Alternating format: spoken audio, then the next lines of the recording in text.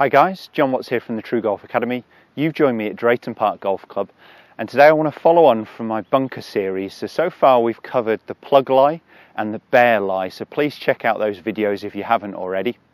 Today what I want to touch on is a very awkward shot in the bunker. So I found myself on a downslope. So the flag is actually just past, I'm taking I was going to say my life, the camera's life in my hands. The flag is just past the camera position, so I'm hitting it towards you there. So I'm on the back edge, the downslope of the bunker. And this is a particularly tricky one actually, because I've only really got another 10 feet or so of green to work with once I fly over the bunker. So best case scenario, this one's actually going to be rolling a little past the pin and going to be leaving myself a 10-15 foot putt up the hill. What it's very difficult to do from this situation, from this slope, is gain any real height. So what we've got to try and do is set ourselves to go with the slope. Where most bad shots come from in this situation is the player actually trying to lean back to elevate the ball. We've got to accept that on the downslope of the bunker, we are going to be hitting a lower flighted shot. And that means it's going to have a little bit more run on when it lands. And that's why in this situation, I'm happy with anything that's on the green, leaving myself an uphill putt back really to that flag. So, as you'll have got from my other videos, my body line is going to be parallel to my target line, even if the club face is opened. Now you could open the club face in this situation as long as there's enough sand in the back of the bunker. By opening the face, that is going to give you that extra bit of elevation, so it could help you as long as there's enough sand.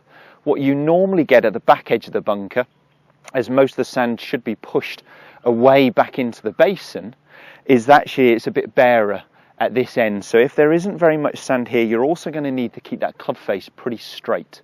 Again, that is going to mean, yes, we get the ball out, but it's going to be coming out at a lower trajectory and running a little bit more. But the most important thing is to get the ball out of the hazard, out of the bunker. And if we can get that one on the green or somewhere pretty close to the green from this situation, we're pretty happy. So my target line, as I said, is just to the left of that camera actually. And my body line is going to be parallel to it, even if the club face is opened. I haven't got a lot of sand here, so I'm going to keep the club face straighter, and I'm going to use my lower bounced wedge. So if you've got two options, a sand wedge and a lob wedge, your lob wedge is going to be the lower bounce option.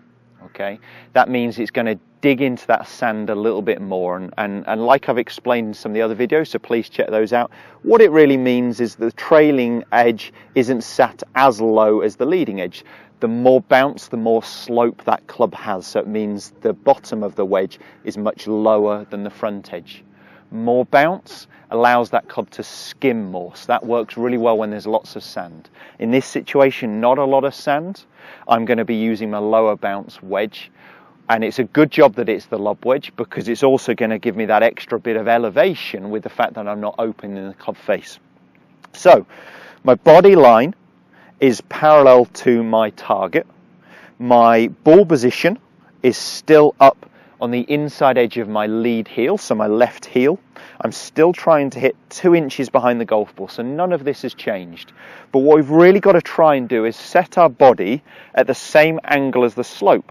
So that means my shoulders, my knees, my hips are all at the same angle as this slope. And that is going to allow me to make sure I actually hit the couple of inches behind the ball, rather than if I lean back hitting maybe a foot behind the ball. What tends to happen when I hit a long way behind the golf ball by leaning back here, one, you could hit actually the lip behind you. If you do make contact with the sand, the club's likely to bounce and you would either miss or thin the ball, so it's going to be low and probably going straight into the face in front of you, and then you'll end up with a plugged uphill bunker shot. So it's really important on this one to set my body at the same angle as the slope. So I'm just going to try and recreate it from this angle. So I'm really trying to set my body. You're going to have to use your imagination a little bit with the slope from this angle, but I'm going to try and set my shoulders, my hips, my knees all at that same descending angle as the slope's on. So most of my pressure is on my lead leg, my left foot. The amount will vary depending on how severe that slope is. For me, it feels a good 80% here on my left leg, on my lead leg. So I'm just going to try and set my body at that same angle, and I would still turn my left toe, my lead toe, out towards the target, because that does allow my body to turn through. The important one here, as I said, is set my body at the same angle as the slope, and I'm going to make sure that I finish with my weight on my front foot. So I do turn through and the pressure's still on my lead leg, rather than leaning backwards trying to help the ball up in the air. Again, because there's not a lot of sand in this situation, I'm using a lower bounce lob wedge. If there was more sand, you could open that club face of the lob wedge, or possibly use the sand wedge with that higher bounce angle. This situation, I haven't got it. So 2 inches behind the golf ball, body at the same angle as the slope, and try and swing down with the slope rather than fight against it.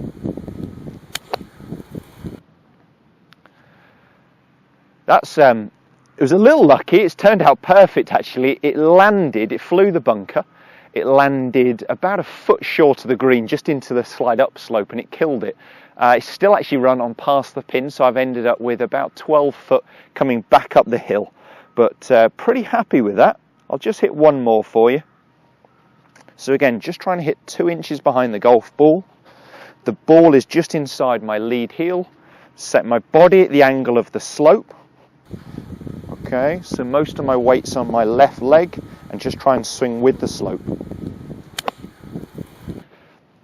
That was an even better strike, that one, but it flew onto the green and it's run out a little bit further. So that one's got about 15-20 foot back up the hill. I can't really do a lot better than that from this situation, so we are going to have to try and go with the slope.